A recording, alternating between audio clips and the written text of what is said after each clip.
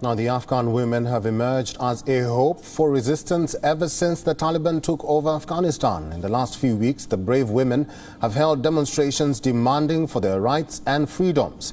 In the latest, women activists gathered outside the Ministry of Vice and Virtue, before known as the Ministry of Women's Affairs, to protest against the Taliban government while demanding their right to education, work and the freedom of movement. Our correspondent Anas Malik went to the protest site where he talked to some of these women. Listen. Now, outside what was once the Ministry of Women Affairs, these women in numbers are now protesting, demanding that a right to education is their inherent right, that freedom of movement is their inherent right, and that the Taliban should be ensuring that to them. This generation is not the generation of 20 years before. So this is a aware and educated and capacity generation. So they will not sit at home and silent. They will go to the streets and they raise their voice, and they will struggle till they take their rights. The protests that women made for their rights, still we are seeing from current government nothing but a change that is very disappointing for women. Eliminating a ministry that was working for women now is no more. So in response to all our hard works, we are now getting such a negative a move from Taliban. These women activists have announced a movement called the Movement for Change in Afghanistan Party. They held a press conference earlier today where they said that if the Taliban does not listen to their demands, then the women will come out on the streets and make themselves heard.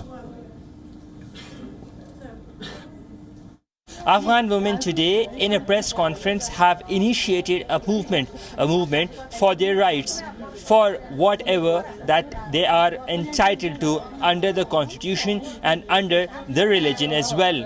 They say that they will take to the streets in case if they are not given their due rights, that includes education and their right to work.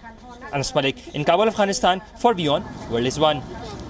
Ever since the Taliban regained power, the leadership has been making huge promises, claiming to be a different, evolved Taliban too. They say that women will be allowed to work, they can carry on with their education, but the terms and conditions applied tell a different story.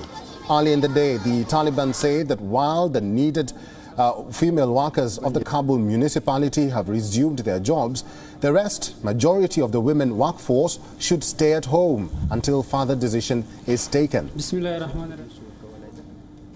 2019 نه د دې 20% زنانه دي هغه په کلاو کې مسته په ناحیو کې مسته د ناحیو د رئیسانو په صفت مسته په معاونونو کې مسته یا وایدو په بخش کې مسته اته د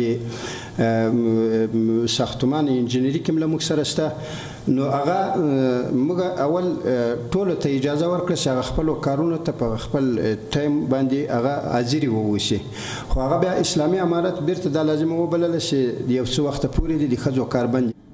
The Taliban has chucked or removed the Women Affairs Ministry, in place of which is the Ministry of Vice and Virtue, to make sure that people abide by the morals of Islam. There are no women in the government. They say that women can work, but their representation is not needed in the Executive Council. The Taliban claims education for all, but on Saturday it reopened senior secondary schools for just boys, while girls were asked to wait. This wait is endless. The last time women were asked to stay at home and wait for things to get better, they were isolated from the Afghan society for over 4 years, with almost all their rights snatched away. These women, who have lived through the 90s rule of Taliban, fear a repeat of history, and to prevent that, they are fighting for their space.